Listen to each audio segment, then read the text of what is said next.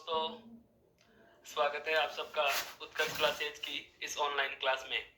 दोस्तों, हमारा गुरु का बिंदु आगे आरंभ करते हैं। चल रहा बिंदु था हमारा कौन सा? संज्ञा के प्रकार। कौन सा बिंदु चल रहा था दोस्तों? संज्ञा के प्रकार पढ़ रहे थे। संज्ञा या संज्ञा कह सकते हैं इसको, हमें पता है क्या है, ये एक संयुक्त अक्षर है। तो बिंदु है हमारा कौन सा? संज्ञा के प्रकार। अब हमें यह भी पता चल चुका कि आरंभ में कितने प्रकार थे। तो क्या क्या? एक तो था कौन सा? यथार्थवाचक। और दूसरा कौन सा हो गया दोस्तों? भाववाचक। दूसरा कौन सा हो गया? भाववाचक।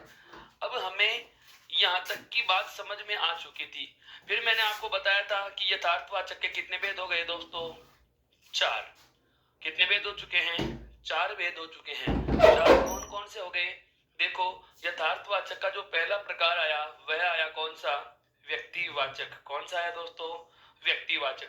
दूसरा जो प्रकार आता है वह कौन सा आता है? जातिवाचक। दूसरा कौन सा प्रकार आया दोस्तों?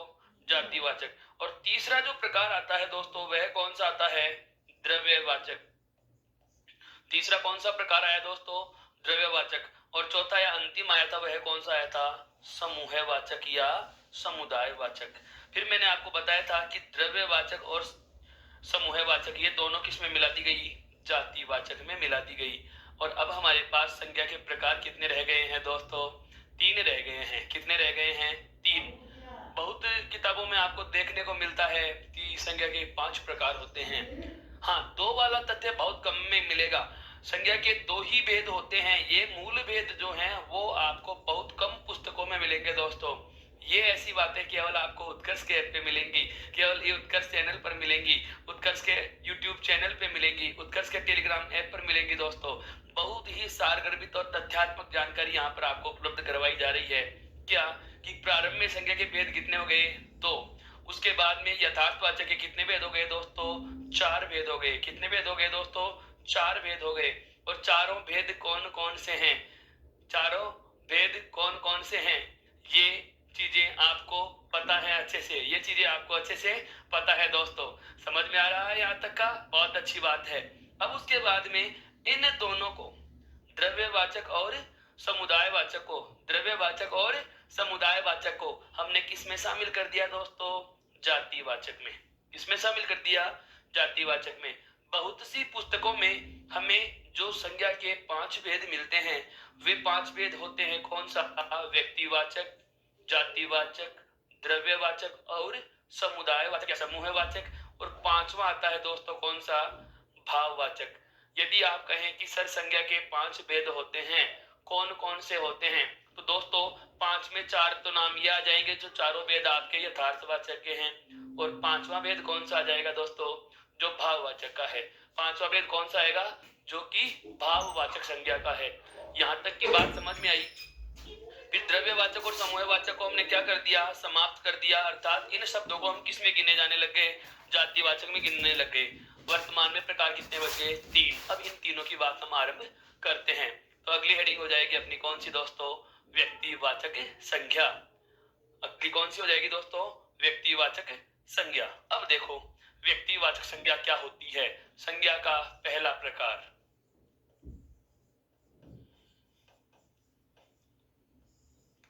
व्यक्तिवाचक संज्ञा। पहला प्रकार है आपके संज्ञा का कौन सा दोस्तों? व्यक्तिवाचक संज्ञा।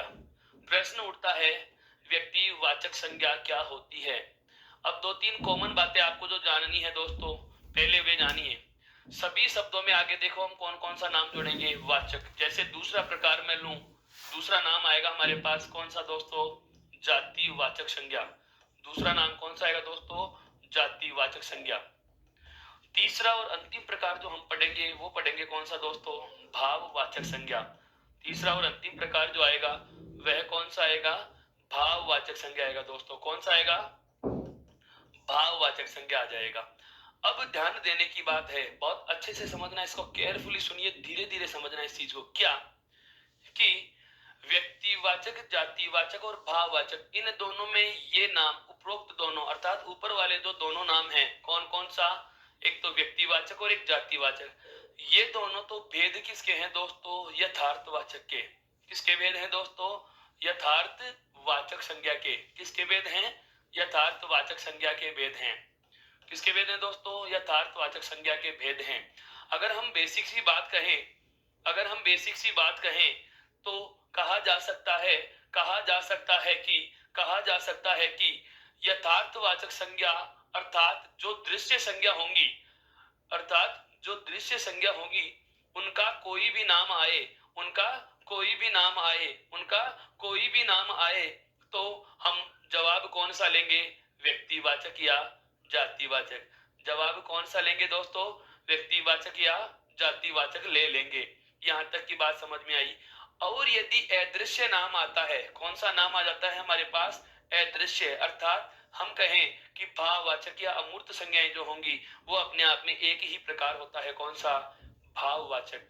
आज हम जो बिंदु आरंभ करते हैं, इन तीनों संज्ञाओं की परिभाषाएं, इन तीनों संज्ञाओं से संबंधित उदाहरणों पे बहुत विस्तार से हम चर्चा करने वाले हैं।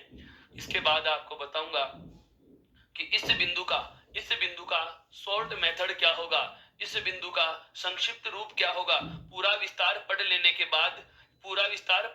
बाद यदि आपसे कहा जाए क्या कि सारी थ्योरी याद न करें और हमें इस पूरे बिंदु का एकदम लघु रूप में क्या करना हो, दोहरान करना हो, रिवीजन करना हो, तो कौन सी चीज हमें सदैव ध्यान रखनी है, उस तथ्य पर भी हम वार्ता करेंगे।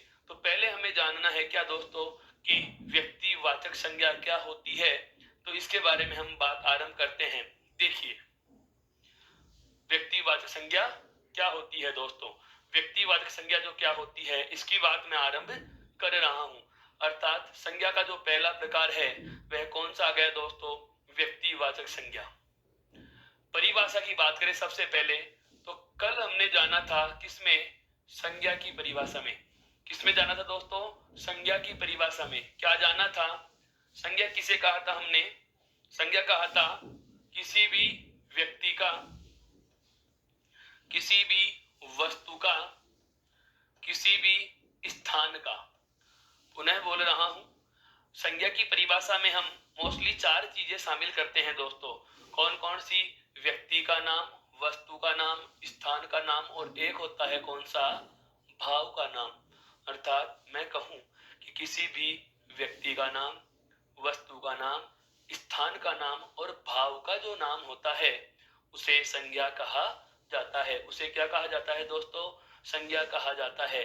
किसी भी व्यक्ति, वस्तु व स्थान और भाव के नाम को संज्ञा कहते हैं। अब इसी परिभाषा को, जो संज्ञा शब्द की परिभाषा है, जो ये संज्ञा शब्द की परिभाषा है, इसी परिभाषा को हम बदल लेंगे कौन सी में? व्यक्तिवाचक संज्ञा की परिभाषा में। व्यक्तिवाचक संज्ञा में क्या होता है? ये जो नाम होंगे वो सारे के सारे क्या होंगे? निश्चित होंगे दोस्तों। क्या होंगे दोस्तों? निश्चित नाम होंगे।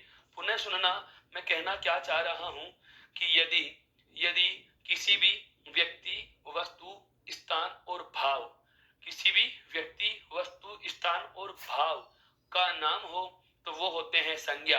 और यदि किसी व्यक्ति, वस्तु और स्थान का कैसा नाम आ जाए दोस्तों? निश्चित नाम आ जाए।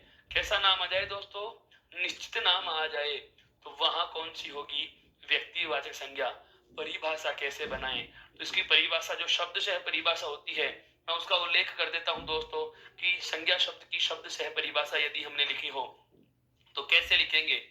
तो ध्यान दीजिए, इसकी परिभाषा हो जाएगी दोस्तों, किसी व्यक्ति, वस्तु,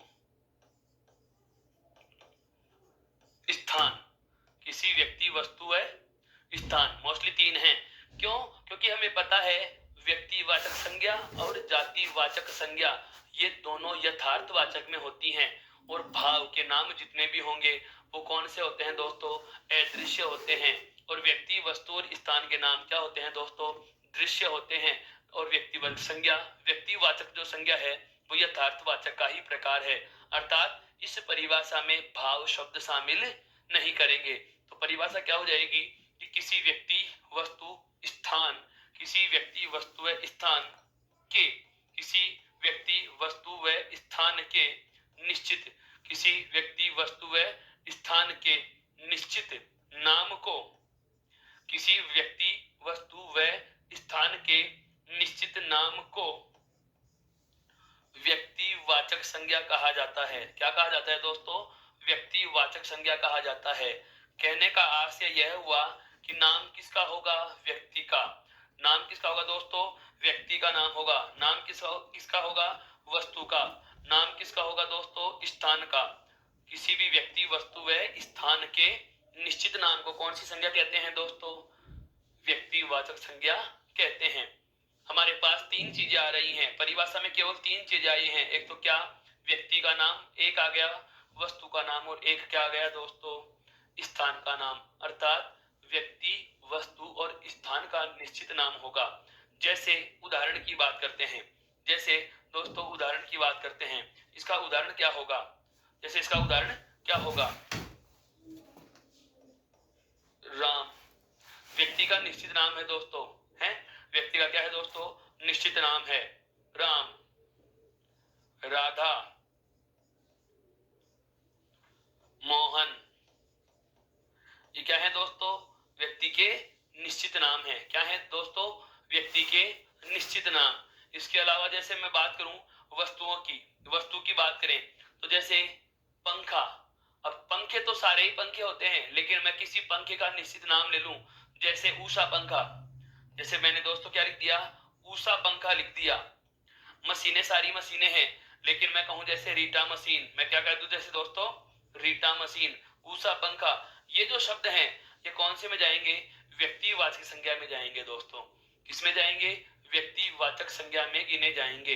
यदि मैं बात करूं जैसे स्थानों की, स्थान का मतलब जगहों के निश्चित नाम, चाहे वो गांव का नाम हो, चाहे वो किसी तहसील का नाम हो, किसी उपखंड क्षेत्र का नाम हो, किसी जिले का नाम हो, किसी राज्य का भी नाम हो सकता है, देश का भी नाम हो सकता है।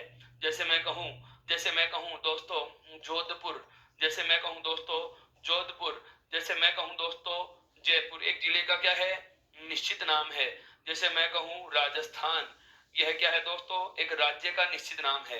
क्या है दोस्तों? राज्य का निश्चित नाम है। जैसे मैं कहूं भारत, अर्थात यह एक देश का निश्चित नाम है। क्या है दोस्तों? देश का निश्चित नाम है। तो इस प्रकार से हम कह सकते हैं क्या कि व्यक्तिवाचक जो संज्ञाएं होती हैं, व्यक्तिवाचक जो संज्ञाएं होती हैं वो क्या होती हैं दोस्तों?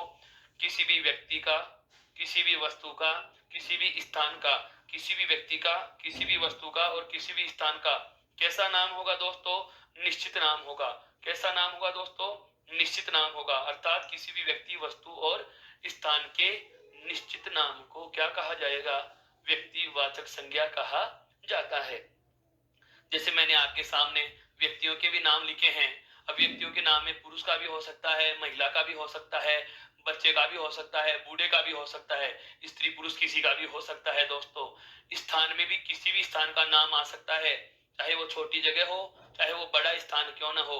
तो स्थान का नाम हो, व्यक्ति का नाम हो, या मैं कहूं वस्तु का नाम हो। लेकिन नाम कैसे हो दोस्तों? निश्चित होने चाहिए। नाम क्या होने चाहिए? उस चीज के लिए वह नाम रूढ़ हो गया हो। तो ऐसे नाम कौन से में जाएंगे दोस्तों? व्यक्तिवाचक संज्ञा में जाते हैं। इसमें जाते हैं, व्यक्तिवाचक संज्ञा में जाते हैं। इसके अलावा इस व्यक्तिवाचक संज्ञा में और कौन कौन सी चीजें शामिल होती हैं, वो चीजें भी हमें ध्यान रखनी है। जैसे जैसे दोस्तों मैं यहाँ लिख देता हूँ आपके अध्ययन की सुविधा सरलता हेतु, जैसे मैं यहाँ लिख देता हूँ क्या, कुछ ऐसे नाम मैं लिखने वाला हूं दोस्तों, मैं कुछ ऐसे नाम लिखने वाला हूं दोस्तों जो अपने आप में एक व्यक्तिवाचक संज्ञा होते हैं। क्या? वे सभी वस्तु,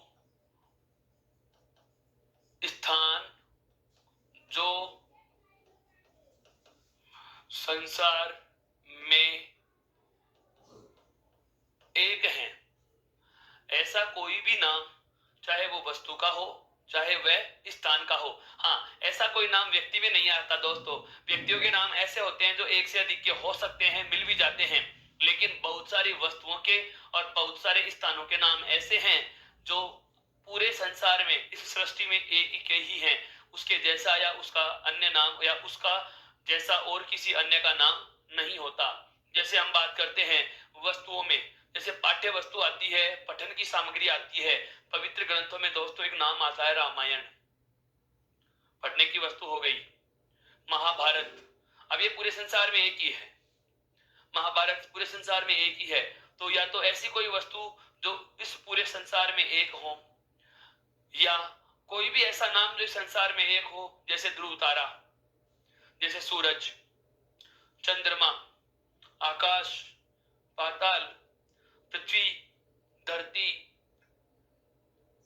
इस प्रकार के ऐसे शब्द, हिमालय पर्वत, ये सब नाम क्या है दोस्तों, इस संसार में एक ही है। इस संसार में क्या है, एक ही है, अपने आप में एक ही है। तारे तो बहुत सारे हैं, लेकिन ध्रुव तारा एक है। सप्तऋषि मंडल भी क्या है दोस्तों, एक है। इस प्रकार से हम कह सकते हैं कि जो वस्तु इस संसार में क्या हो, एक है।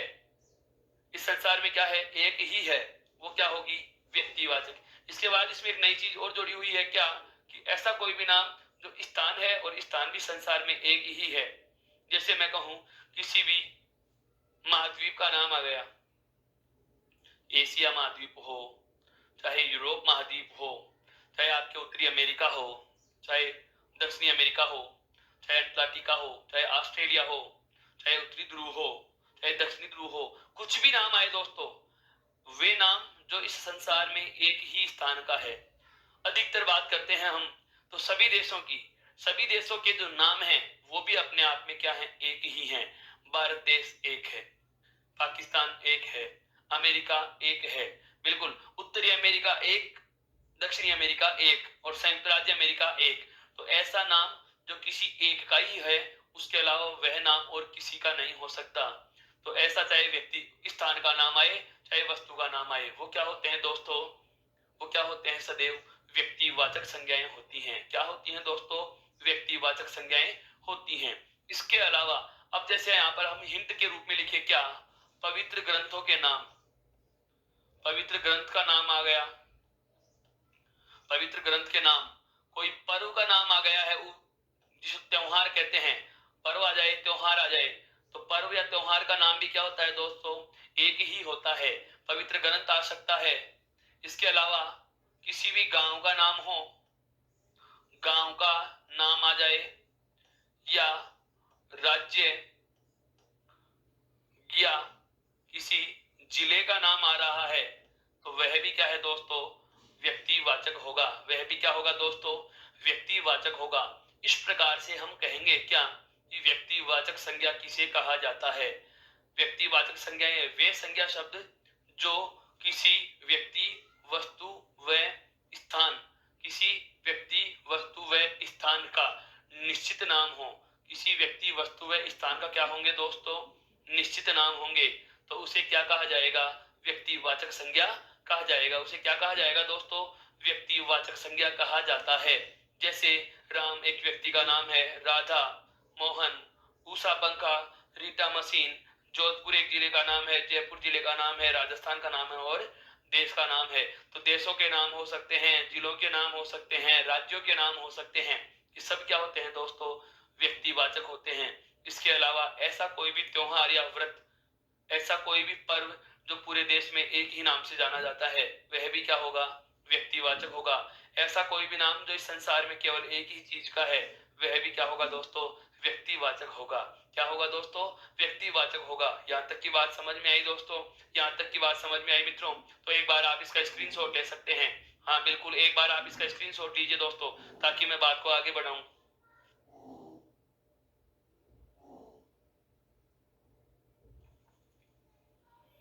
तो ये कौन सा था दोस्तों, व्यक्तिवाचक संज्ञा। ये कौन सी है, व्यक्तिवाचक संज्ञा। अब आता है दूसरा प्रकार हमारे, कौन सा दोस्तों, जातिवाचक। बिंदु डालिए, जातिवाचक संज्ञा, संज्ञा का दूसरा भेद। क्या दोस्तों, जातिवाचक संज्ञा। संज्ञा का दूसरा प्रकार क्या है दोस्तों, जातिवाचक संज्ञा। यह क्या होती है, इसकी हम वार्ता करते हैं, इसकी हम अब बात आरंभ करते हैं दोस्तों। जरा ध्यान देना, जातिवाचक संज्ञा की मैं बात कर रहा हूं कि जातिवाचक संज्ञा क्या होगी। जातिवाचक संज्ञा, बिल्कुल, जैसे अभी अभी हमने जाना है, एक संज्ञा कौन सी जानी है अभी अभी हमने, व्यक्तिवाचक। कौन सी जानी है दोस्तों, व्यक्तिवाचक जानी है। वाचक वाचक दोनों में जुड़ा हुआ है। व्यक्ति के भी आगे क्या जुड़ा हुआ है दोस्तों, वाचक। जाति के भी आगे क्या जुड़ा हुआ है दोस्तों, वाचक। इस वाचक शब्द का शाब्दिक अर्थ यदि पूछा जाए तो वाचक शब्द का शाब्दिक अर्थ होता है क्या, बताने वाला। वाचक शब्द का यदि शाब्दिक अर्थ हमें पूछा जाता है तो इस वाचक शब्द का, जो ये वाचक शब्द लिखा हुआ है दोस्तों, इसका शाब्दिक अर्थ क्या होता है, बताने वाला। अब इस नाम का पूरे का हम अर्थ निकालें, इस संपूर्ण नाम का, इस समग्र पद का अर्थ निकालें तो क्या हो जाएगा, जाति बताने वाला। जाति बताने वाला जो भी संज्ञा शब्द है, जाति बताने वाला जो भी संज्ञा शब्द है वह क्या होगा दोस्तों, जातिवाचक होगा। वह क्या होगा दोस्तों, जातिवाचक होगा। अर्थात जाति बताने वाले जो भी संज्ञा शब्द होंगे वो क्या होंगे, जातिवाचक होंगे। अब जाति बताने वाले कौन कौन से संज्ञा शब्द होते हैं, परिभाषा कैसे बनाएंगे, तो सुनिए। पहले इसकी मैं परिभाषा रख देता हूं आपके सामने कि जातिवाचक संज्ञा की परिभाषा क्या होगी। अभी अभी हमने जाना था कौन सी में, व्यक्तिवाचक संज्ञा में क्या तीन चीजें थी। एक तो नाम कौन सा था दोस्तों, व्यक्ति का। एक कौन सा था, वस्तु का। और एक नाम कौन सा था दोस्तों, स्थान का। अर्थात इन तीनों का यदि कोई नाम आए, कैसा, निश्चित। यदि इन तीनों का यदि निश्चित नाम आता है दोस्तों तो ये तीनों नाम कौन से में जाएंगे, व्यक्तिवाचक में। अर्थात व्यक्ति, वस्तु और स्थान के निश्चित नाम को तो हमने क्या कहा दोस्तों, व्यक्तिवाचक कहा। अब जातिवाचक किसे कहेंगे, तो जातिवाचक क्या हो जाएगी, नाम तो ये तीनों ही रहेंगे क्योंकि व्यक्तिवाचक और जातिवाचक ये दोनों के दोनों प्रकार कौन सी संज्ञा के हैं दोस्तों, यथार्थवाचक के। किसके भेद हैं, यथार्थवाचक के। अर्थात हमें चाहे व्यक्तिवाचक संज्ञा शब्द दे, चाहे जातिवाचक संज्ञा शब्द दे, दोनों ही स्थितियों में जो संज्ञा शब्द होगा वह दृश्य होगा। क्या होगा दोस्तों, दृश्य होगा। उसका कोई न कोई रूप रंग आकार होता है, उसका हम चित्र बना सकते हैं। वो चित्र रूप में होता है, वह मूर्त रूप में होता है दोस्तों। वह सगुण होता है, साकार होता है, उसकी कोई प्रतिमा होती है, कोई डिजाइन होता है, उसका कोई एक प्रारूप होता है, चाहे वो व्यक्तिवाचक हो चाहे वो नाम जातिवाचक हो। अब मैं बात कर रहा हूं यहाँ पर क्या कि जातिवाचक और व्यक्तिवाचक में अंतर कैसे रहा, कैसे पहचाने इनकी परिभाषाओं को। तो व्यक्तिवाचक जो संज्ञा शब्द होगी उसकी पहचान या उसकी परिभाषा के लिए तो हमें कौन सा शब्द याद रखना है, निश्चित। वही व्यक्ति, वस्तु और स्थान, क्योंकि हमारे संज्ञा शब्द की परिभाषा में केवल चार ही नाम हैं। अर्थात मैं कहूं इस सृष्टि पर चार ही चीजें हैं। क्या क्या है, व्यक्ति है, वस्तु है, स्थान है और क्या है दोस्तों, भाव। अब इन तीनों के नामों को यथार्थ में गिना है और इस अकेले नाम को हमने कौन से में गिना है, अदृश्य में या भाव में गिना है। तो इन तीनों का यदि निश्चित नाम आता है तो कौन सी हो जाएगी, व्यक्तिवाचक। और यदि इन्हीं तीनों की कोई जाति का नाम आ जाए, इन्हीं तीनों के कोई वर्ग का नाम आ जाए, इन्हीं तीनों के कोई समूह का नाम आ जाए, समझ रहे हैं दोस्तों।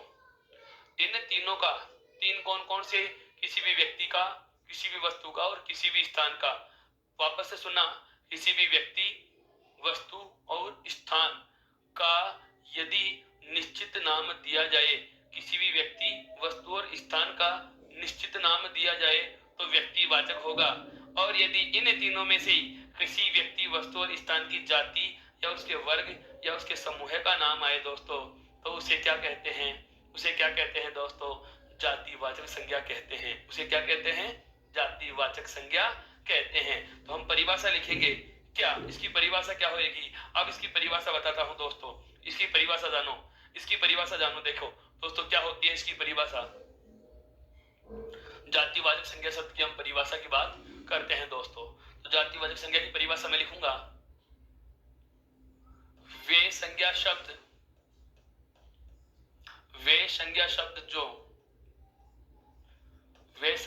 जो किसी व्यक्ति, वे संज्ञा शब्द जो किसी व्यक्ति,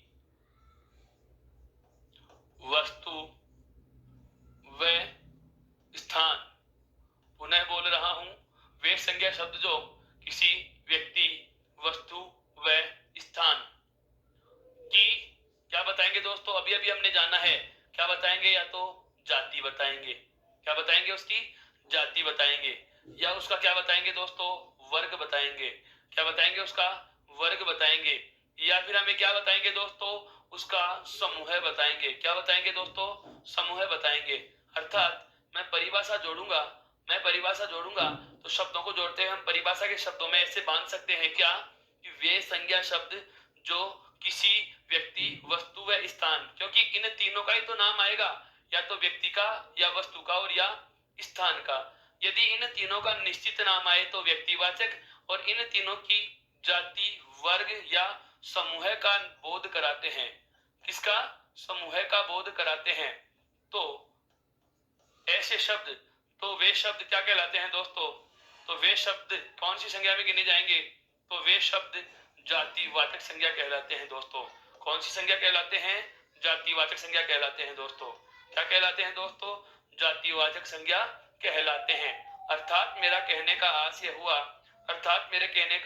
यह हुआ कि ऐसा कोई भी संज्ञा शब्द जो हमें किसी व्यक्ति, वस्तु व स्थान, किसी भी व्यक्ति, वस्तु व स्थान, व्यक्ति, वस्तु, स्थान, ये तीन नाम बहुत ध्यान रखना दोस्तों, क्योंकि भाववाचक में केवल एक नाम याद रखना है, भाववाचक।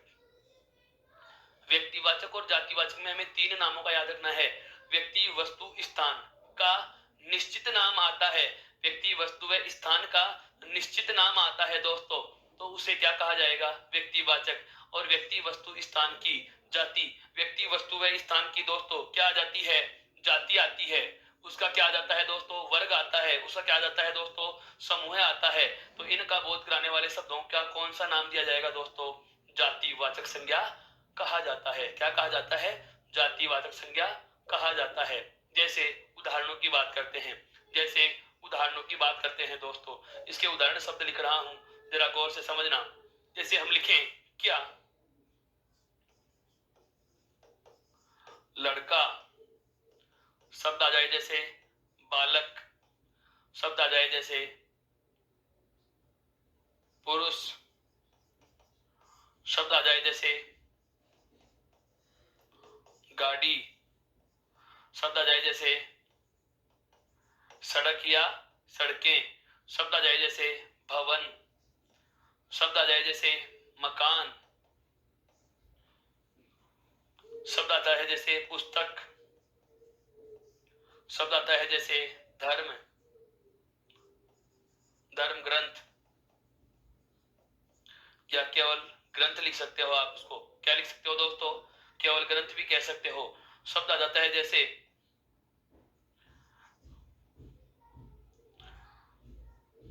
बच्चे, शब्द आ जाता है जैसे दोस्तों दिन, शब्द क्या जाए दोस्तों, दिन। जैसे शब्द आ जाता है दोस्तों गांव, कौन सा है, नाम नहीं दिया, केवल गांव शब्द ही दे दिया।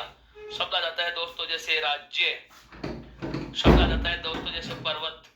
अब कौन सा पर्वत है, पर्वत का नाम नहीं दे रहा, केवल पर्वत शब्द लिख दिया। अगर ऐसे लिखता हिमालय पर्वत तो व्यक्तिवाचक होती। यदि लिख देता अरावली पर्वत तो क्या होती, व्यक्तिवाचक होती। लेकिन इसने क्या लिख दिया, पर्वत। शब्द आ जाए जैसे नदी, कौन सी नदी है, नदी का नाम नहीं आ रहा है, केवल नदी शब्द आ रहा है। तो नदी शब्द है, इसका मतलब संज्ञा कौन सी है दोस्तों, नदी शब्द है, इसका मतलब संज्ञा कौन सी है दोस्तों, जाति।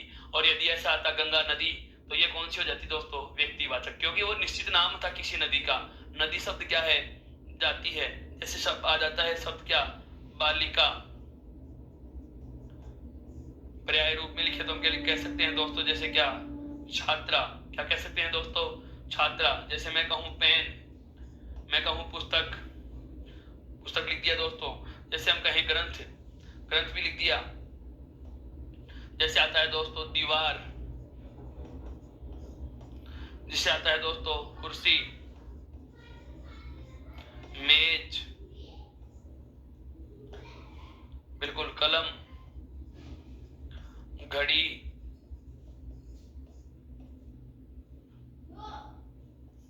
पोशाक,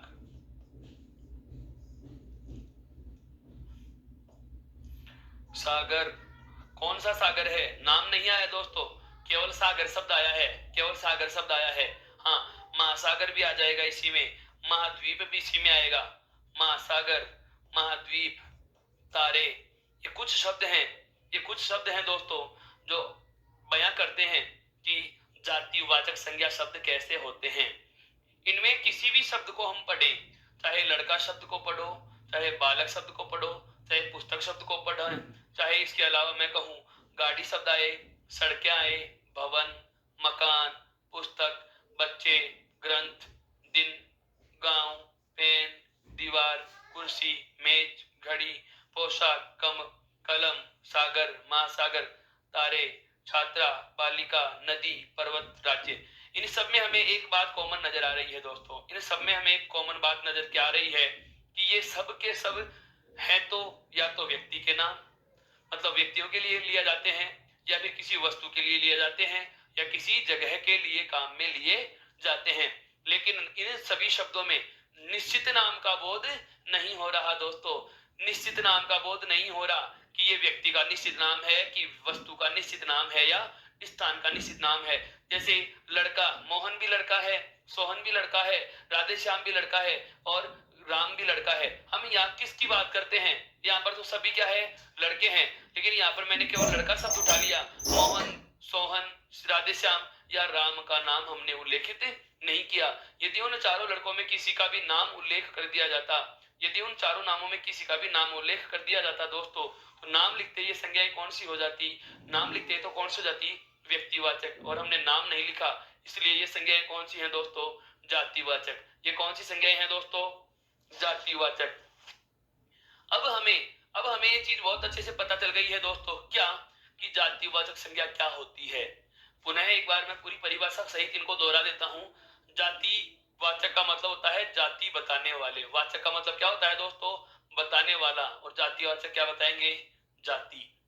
तो एक चीज तो हम परिभाषा में यही शामिल करते हैं, क्या कि किसी भी संज्ञा शब्द के द्वारा हमें व्यक्ति, वस्तु या स्थान की क्या पता चलती है?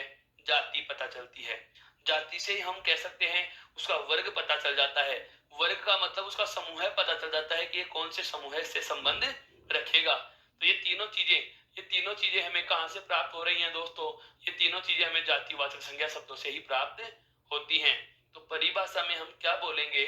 परिभाषा में कहूंगा कि वे संज्ञा शब्द जो किसी व्यक्ति, वस्तु व स्थान की जाति, वे संज्ञा शब्द जो किसी व्यक्ति, वस्तु व स्थान की जाति का बोध कराते हैं, जाति का बोध कराते हैं, तो वे क्या कहलाते हैं दोस्तों? जातिवाचक संज्ञा शब्द कहलाते हैं। यहाँ तक की बात समझ में आई। फिर हमने इसके कतिपय उदाहरण भी आपके सामने उल्लेखित कर दिए हैं जो जातिवाचक संज्ञा का संबंध रखते हैं, या मैं कहूं जो कि जातिवाचक संज्ञा शब्द के उदाहरण हैं। दोस्तों एक बार इस हमारे दूसरे संज्ञा के भेद की भी स्क्रीनशॉट लीजिए दोस्तों,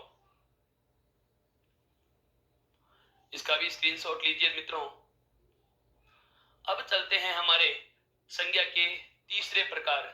हमें पता चल चुका कि व्यक्तिवाचक संज्ञा क्या होती है, हमें यह भी पता चल चुका कि जातिवाचक संज्ञा क्या होती है। अब मैं बात करने वाला हूं दोस्तों तीसरा प्रकार, कौन सा? भाववाचक संज्ञा। हेडिंग डालिए, बिल्कुल बिंदु है हमारा, कौन सा? संज्ञा का तीसरा भेद है दोस्तों, जिसका नाम है क्या? भाववाचक संज्ञा। क्या नाम है दोस्तों? भाववाचक संज्ञा। अब ध्यान देना, बहुत गजब की चीज आएगी यहां से। अब ये सेशन समझ में आने लगेगा कि संज्ञा चीज है क्या।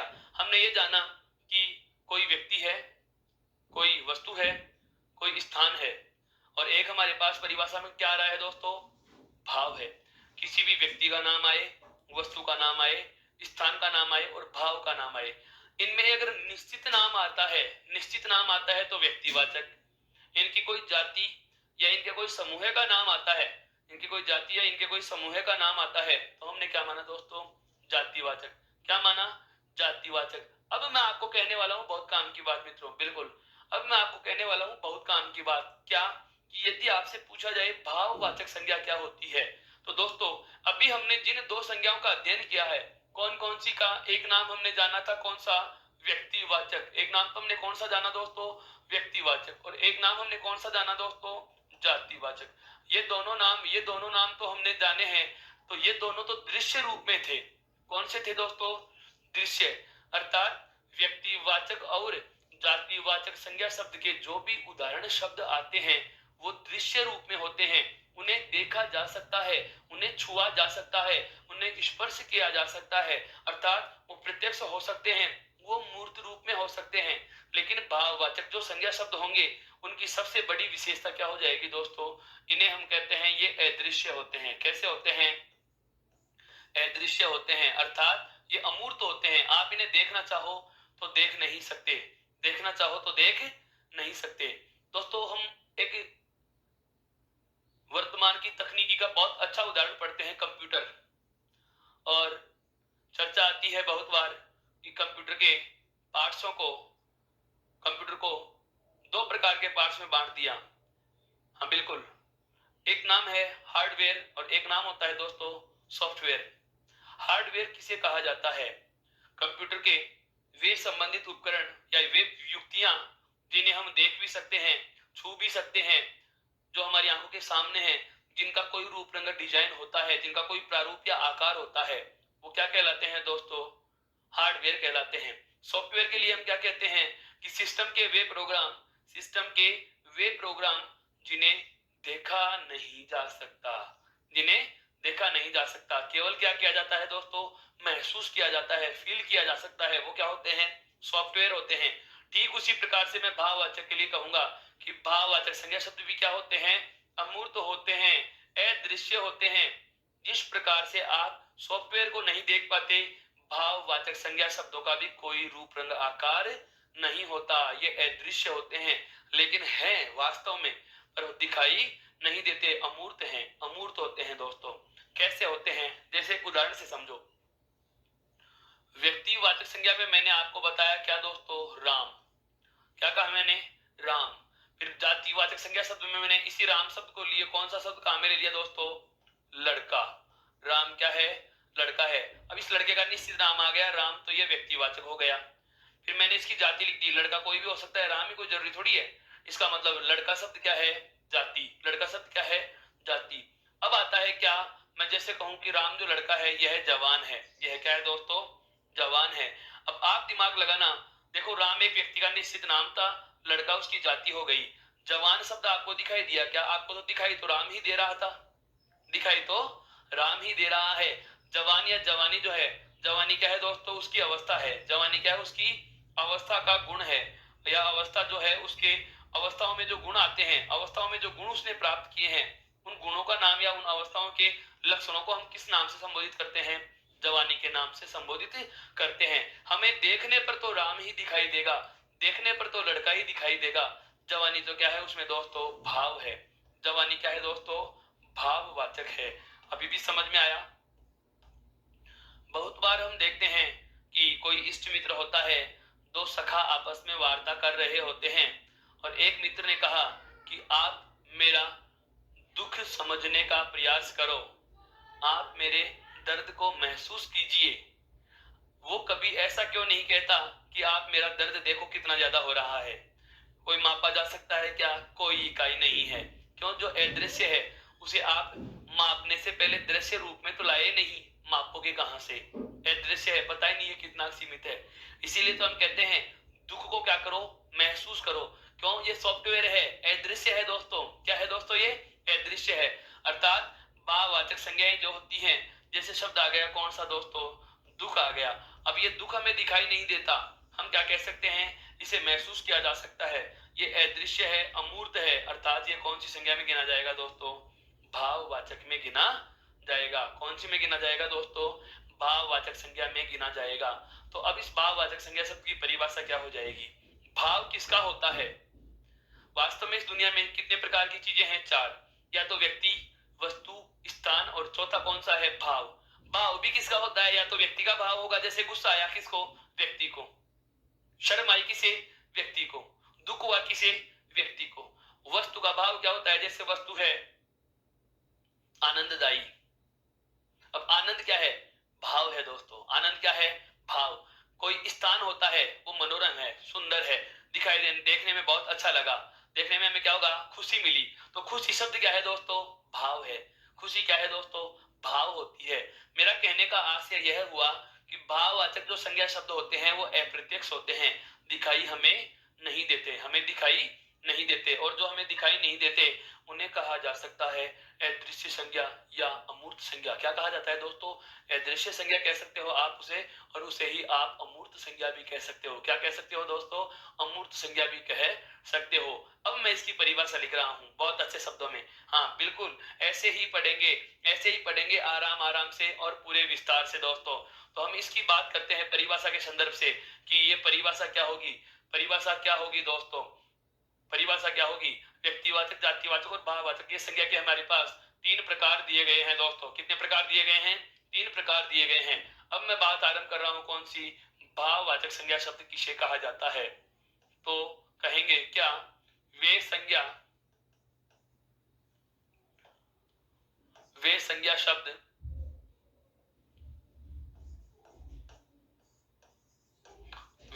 शब्द जो किसी व्यक्ति,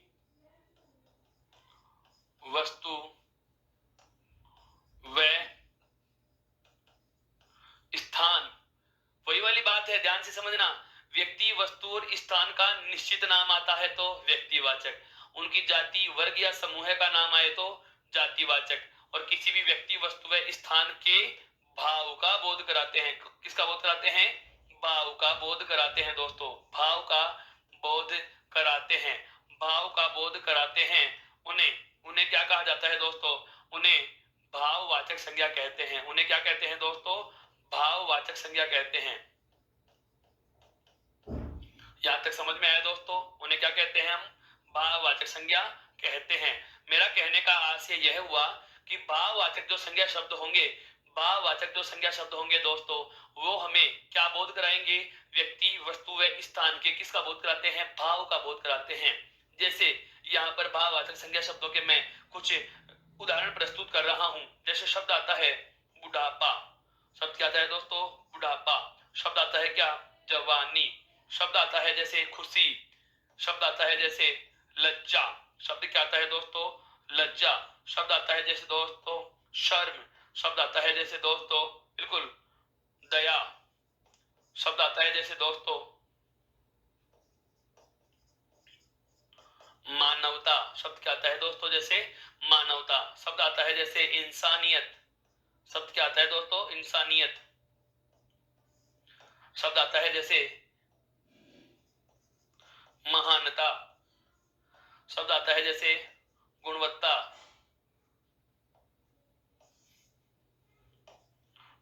महानता। शब्द आता है जैसे दोस्तों मेहरबानी।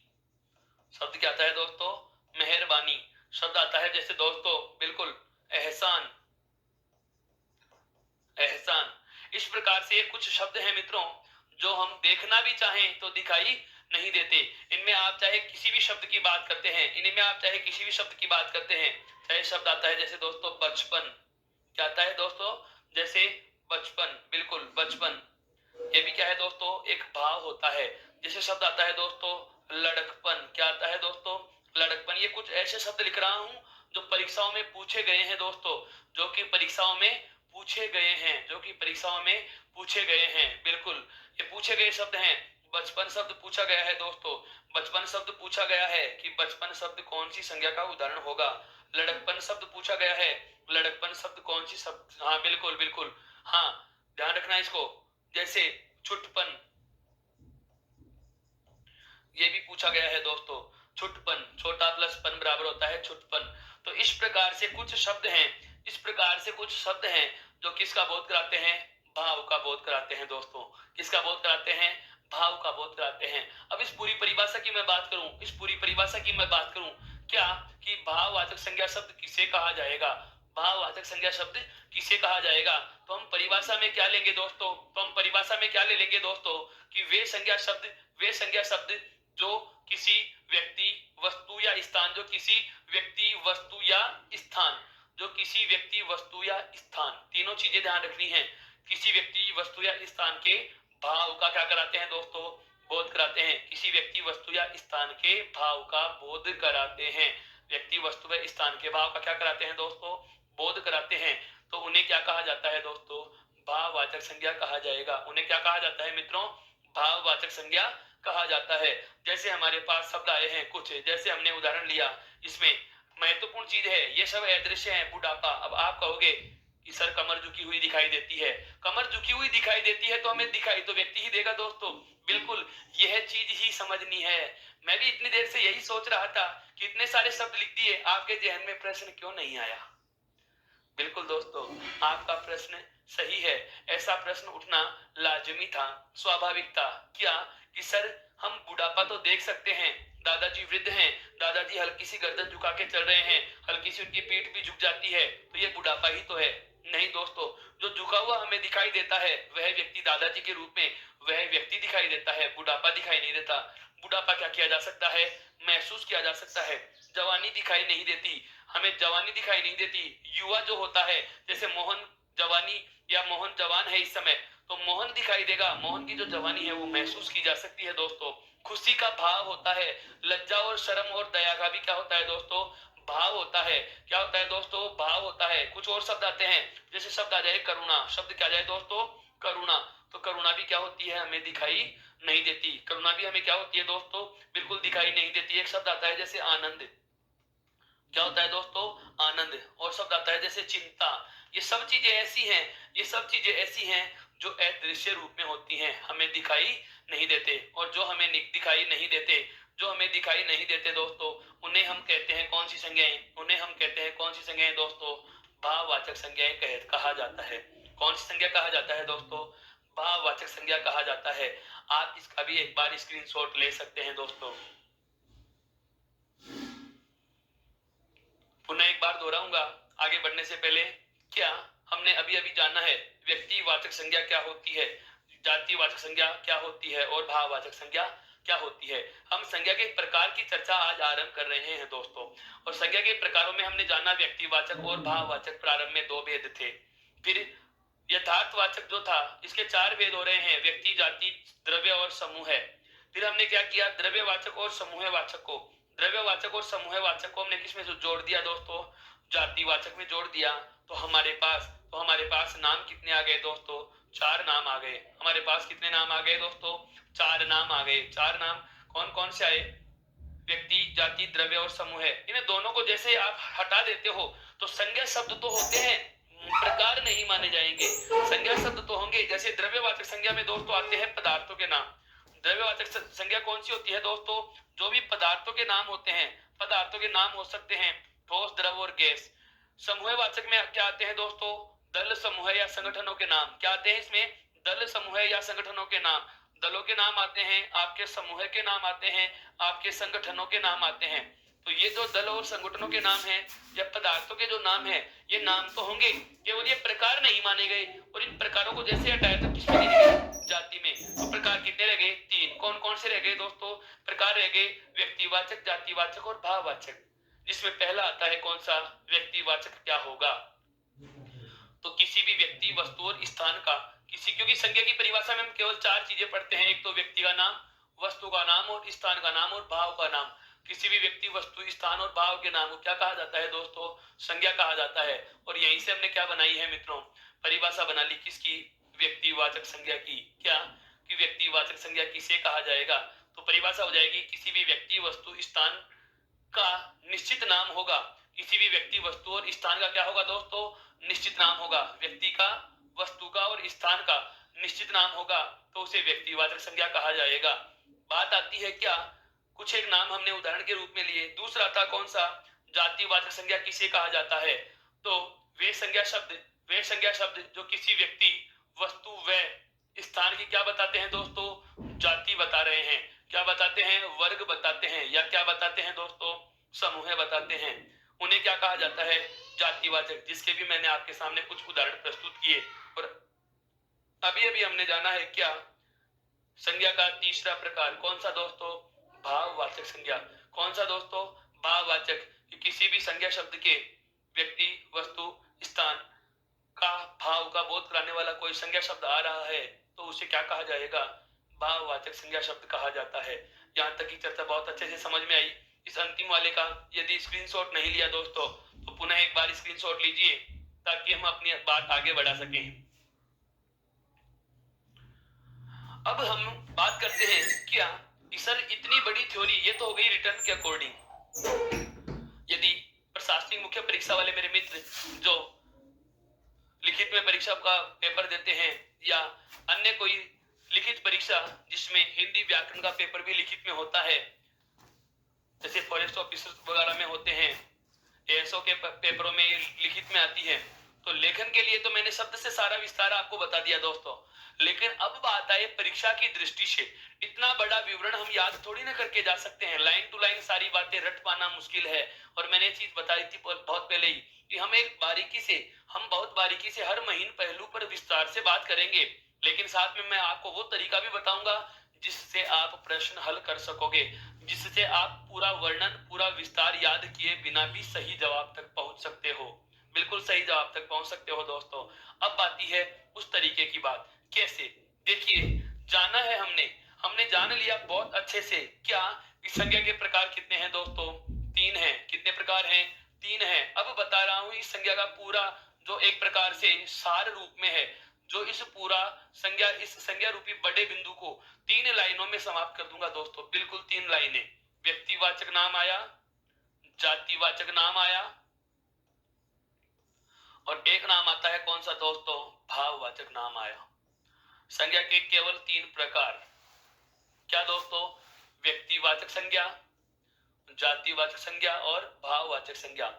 अब आपको हर एक शब्द में ये गुण और ये नियम लगाने की आवश्यकता नहीं है कि व्यक्ति, वस्तु, स्थान का क्या ये निश्चित नाम बता रहा है, या उसकी जाति बता रहा है, या उसका वर्ग बता रहा है, या उसका समूह बता रहा है, या उसका भाव बता रहा है। इतना सब लगाने का समय नहीं है।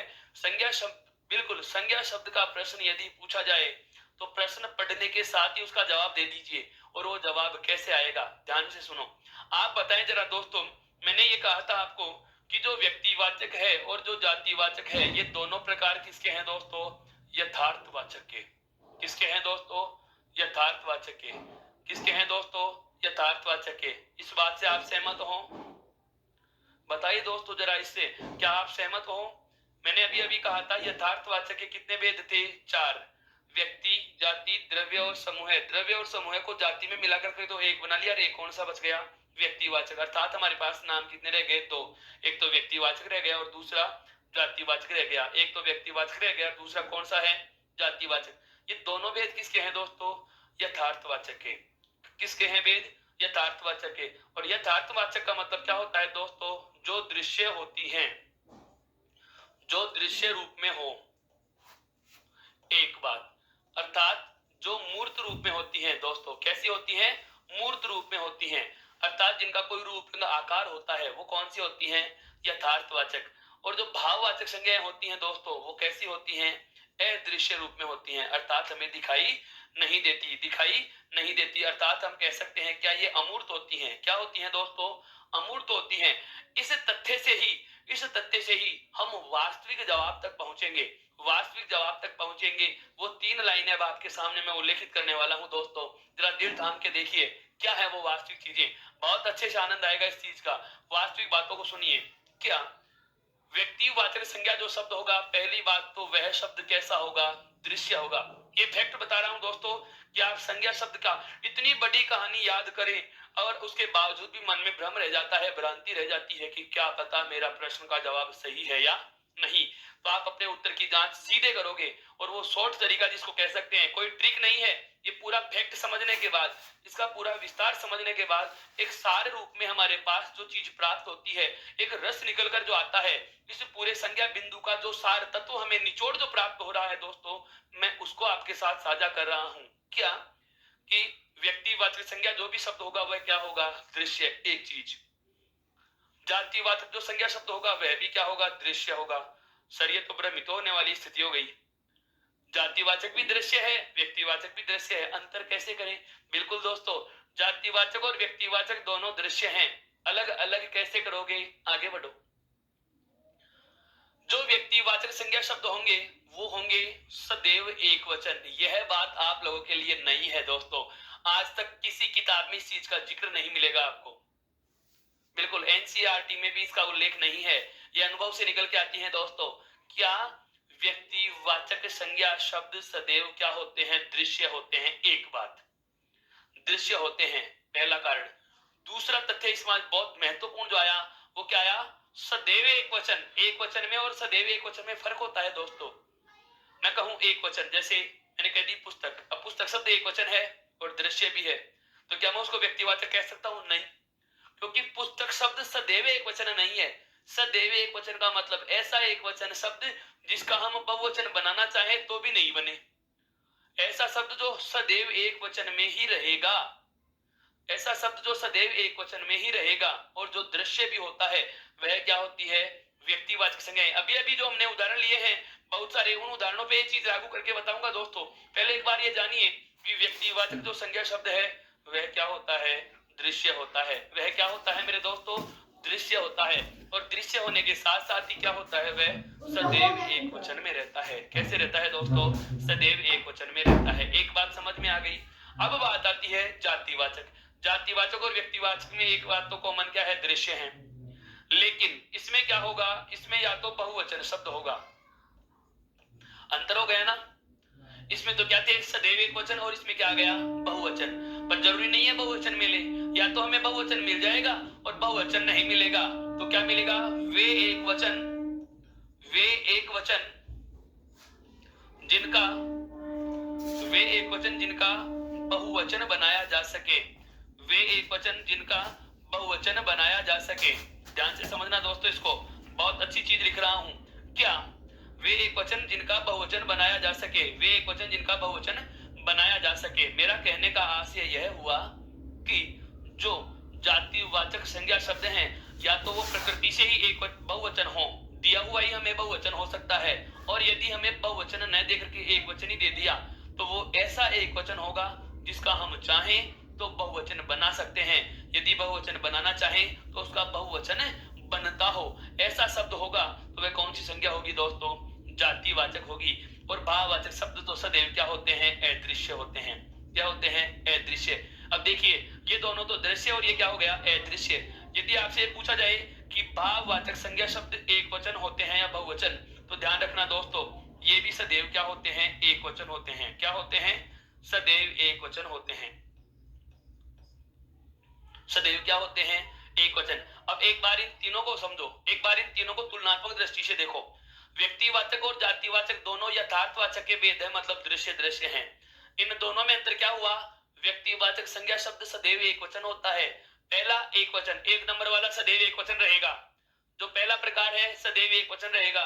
दूसरा है वह बहुवचन भी हो सकता है, और एक वचन होगा तो उसका बहुवचन बनाया जा सकता है। और जो भाववाचक है वह अदृश्य भी है और सदैव एक वचन भी है। अभी हमने जो उदाहरण देखे हैं दोस्तों, अब देखिए मेरे साथ में, भाववाचक संज्ञा शब्द के जितने भी उदाहरण हैं, करुणा, करुणा या करुणाएं, सारे के सारे तो एक अदृश्य तो है ही। इनमें हमने किसी भी शब्द को बहुवचन नहीं बनाया। जैसे बुढ़ापा बनता ही नहीं है, जवानियां बन सकता है लेकिन हमने नहीं बनाया। क्यों? भाववाचक जो संज्ञा शब्द है वो क्या होता है? एक वचन होता है, सदैव एक वचन होता है। खुशी, लज्जा, शर्म, दया, मेहरबानी, मेहरबानियां नहीं लिखा दोस्तों, मेहरबानी लिखा है। महानताएं नहीं लिखा, केवल महानता लिखा है। इंसानियत, मानवता, आनंद, चिंताएं नहीं, केवल चिंता लिखा है दोस्तों। बचपन, लड़कपन, छुटपन। अब आपके जहन में एक सवाल उठ रहा होगा कि सर आप कहते हैं, मान ली बात, आप कहते हैं मान लिया क्या कि भाववाचक संज्ञाएं अदृश्य हैं? बिल्कुल अदृश्य हैं, और सदैव एक वचन होती हैं। चलो ठीक है, सदैव एक वचन होती हैं, लेकिन सवाल यह आ रहा है कि जैसे दृश्य सदैव एक वचन होती है और कुछ एक वचन बहुवचन भी बनते हैं, भाववाचक भी तो बहुवचन बनाए जा सकते हैं ना? बिल्कुल दोस्तों, भाववाचक संज्ञा शब्द भी बहुवचन बनाए जा सकते हैं। लेकिन यदि भाववाचक संज्ञा शब्द को बहुवचन बना दिया, भाववाचक संज्ञा शब्द को क्या बना दिया दोस्तों? बहुवचन बना दिया। जैसे जवानी अदृश्य है, भाववाचक है, और इसका हमने क्या बना दिया? जवानियां। क्या बना दिया दोस्तों? जवानियां। जैसे शब्द है मेहरबानी, शब्द क्या है दोस्तों? मेहरबानी। शब्द क्या है दोस्तों? मेहरबानी, और हमने इसका बहुवचन क्या बना दिया? मेहरबानियां। क्या बना दिया दोस्तों? मेहरबानियां। मेरा कहने का मतलब समझना कि यदि किसी भाववाचक संज्ञा शब्द का क्या बना दिया जाए? बहुवचन बना दिया जाए। यदि किसी भाववाचक संज्ञा शब्द का क्या बना दिया जाए दोस्तों? बहुवचन बना दिया जाए तो क्या बन जाएगा? तो सदैव ध्यान रखना, यदि किसी भाववाचक संज्ञा शब्द का, लिख देता हूं यह चीज, यदि किसी भाववाचक संज्ञा शब्द का, यदि किसी भाववाचक संज्ञा शब्द का, संज्ञा शब्द का बहुवचन बना दिया जाए, क्या बना दिया जाए दोस्तों? बहुवचन बना दिया जाए, बहुवचन बना दिया जाए, तो वह, बताइए दोस्तों, बहुवचन किस में गिने जाते हैं? जातिवाचक में। बहुवचन किस में गिने जाएंगे? जातिवाचक में। तो वह जातिवाचक माने जाएंगे, तो वह जातिवाचक बन जाते हैं, तो वह जातिवाचक माने जाते हैं। बताओ दोस्तों, यह चीज समझ में आई या नहीं? ये अपवाद हो गया दोस्तों, बिल्कुल ध्यान से समझना इस चीज को, बहुत अच्छे से पकड़े हो मेरी बात को। क्या कि वास्तविकता तो यह है कि भाववाचक जो संज्ञा शब्द है वो सदैव क्या हो रहेगा? अदृश्य, और सदैव क्या रहेगा? एक वचन। लेकिन जैसे कुर्बानी, मेहरबानी, जवानी, खुशी, खुशियां, मेहरबानी, मेहरबानियां, कुर्बानी, कुर्बानियां, जवानी, जवानियां, बुराई, बुराइयां। इसका मतलब ये हुआ कि जो भाववाचक संज्ञा शब्द है वो वास्तव में सदैव रहते तो एक वचन में है, लेकिन यदि बहुवचन में लिखा हुआ मिल जाए, ऐसा शब्द हो जो अदृश्य भी होता है, अदृश्य भी होता है लेकिन बहुवचन में हो, तो ध्यान देना, यदि भाववाचक संज्ञा शब्द का बहुवचन बना हुआ रूप आता है तो सदैव याद रखो, चाहे वो अदृश्य शब्द का बहुवचन आए, चाहे दृश्य शब्द का बहुवचन आए, चाहे दृश्य शब्द का बहुवचन आए, चाहे दृश्य शब्द का बहुवचन आए, और चाहे इस अदृश्य का बहुवचन आए, सदैव संज्ञा कौन सी है दोस्तों? जातिवाचक। कौन सी है? जातिवाचक। और एक वचन, एक वचन सदैव, एक वचन दृश्य आती है तो व्यक्तिवाचक, और एक वचन सदैव अदृश्य आती है तो भाववाचक। दोस्तों यह था आपका कौन सा? संज्ञा का तुलनात्मक अध्ययन। संज्ञा का क्या था दोस्तों? तुलनात्मक अध्ययन। अर्थात इन 3 लाइनों से आप हर प्रकार के प्रश्न का जवाब दे सकोगे। कैसे? अब आपसे पूछा जाएगा, अब आपसे पूछा जाएगा क्या कि व्यक्तिवाचक संज्ञा क्या होगी, जातिवाचक क्या होगी, और भाववाचक क्या होगी। यह चीज हमने एक विशेष इसमें और जानी है, क्या कि यदि भाववाचक संज्ञा शब्द का क्या बना दिया जाए? बहुवचन बना दिया जाए, तो क्या मानी जाती है? जातिवाचक मानी जाती है। अन्यथा, अन्यथा यदि अदृश्य और सदैव एक वचन है तो भाववाचक, और दृश्य सदैव एक वचन है तो व्यक्तिवाचक, तथा दृश्य बहुवचन हो या ऐसा एक वचन जिसका बहुवचन बनाया जा सके तो क्या होती है? जातिवाचक। जैसे जातिवाचक संज्ञा के उदाहरणों की बात करें हम, जातिवाचक संज्ञा के उदाहरण देखो, जैसे लड़का, लड़के, बालक, बालकों, पुरुष, पुरुषों, गाड़ी, गाड़ियां, सड़क, सड़कें, भवन, भवनों में, मकान, मकानों, पुस्तक, पुस्तकें। दोस्तों बहुवचन बनाए जा सकते हैं, तो वे एक वचन जिसका बहुवचन बनाया जा सके जातिवाचक होंगी, और वे एक वचन जो दृश्य तो है लेकिन सदैव एक वचन रहते हैं, जैसे राम का बहुवचन नहीं बन सकता, राधा का बहुवचन नहीं बन सकता, मोहन का नहीं बनता, उषा पंखा का नहीं बन सकता, पंखा का पंखे बनता है, उषा पंखा का नहीं बनेगा, मशीन का मशीनें बनता है लेकिन रीटा मशीन का नहीं बन सकता, जोधपुर, जयपुर, राजस्थान, भारत, इनका किसी का भी बहुवचन नहीं बन सकता। और ये सभी क्या है दोस्तों? दृश्य हैं। जो दृश्य हैं और जिसका बहुवचन नहीं बनाया जा सके वो नाम सदैव क्या होंगे दोस्तों? वो नाम सदैव होते हैं दृश्य एक वचन अर्थात व्यक्तिवाचक। वे नाम जिन्हें दृश्य तो कहा जाता है लेकिन जिनका बहुवचन बनाया जा सके वो होते हैं जातिवाचक, और वो नाम जो सदैव अदृश्य हो और जो एक वचन में रहे वो होते हैं भाववाचक। और यदि अदृश्य एक वचन का बहुवचन बना दिया जाए तो वो क्या बन जाते हैं दोस्तों? जातिवाचक बन जाते हैं। यह था हमारा पहला विकारी शब्द, कौन सा दोस्तों? संज्ञा। यह था हमारा पहला विकारी शब्द दोस्तों, कौन सा? संज्ञा, जो पूरा होता है इस चार्ट के साथ। बिल्कुल एक बार इसका स्क्रीनशॉट लीजिए मित्रों, एक बार इसका स्क्रीनशॉट लीजिए दोस्तों। अब इसके बाद हमारा जो अगला बिंदु आरंभ होगा, अब इसके बाद जो हमारा अगला बिंदु अर्थात दूसरा विकारी शब्द, विकारी शब्दों की संख्या कितनी थी दोस्तों? 4। संज्ञा, सर्वनाम, विशेषण और क्रिया। एक हमने पढ़ लिया है, कौन सा? संज्ञा। अब हम जो बातें करेंगे आगे, जो हमारी चर्चा आरंभ होगी, आगे जो हमारी चर्चा आरंभ होगी वह होगी दोस्तों किस पर? सर्वनाम पर। किस पर चर्चा आरंभ होगी दोस्तों? सर्वनाम पर। अर्थात अब हमारा जो दूसरा बिंदु आरंभ होने वाला है वह कौन सा आरंभ होने वाला है दोस्तों? सर्वनाम आरंभ होगा। कौन सा आरंभ होगा दोस्तों? सर्वनाम आरंभ होगा। यहां तक की बात समझ में आई? तो पहला विकारी शब्द हमने पढ़ लिया है, कौन सा? संज्ञा। अब दूसरा आरंभ करेंगे, कौन सा? सर्वनाम।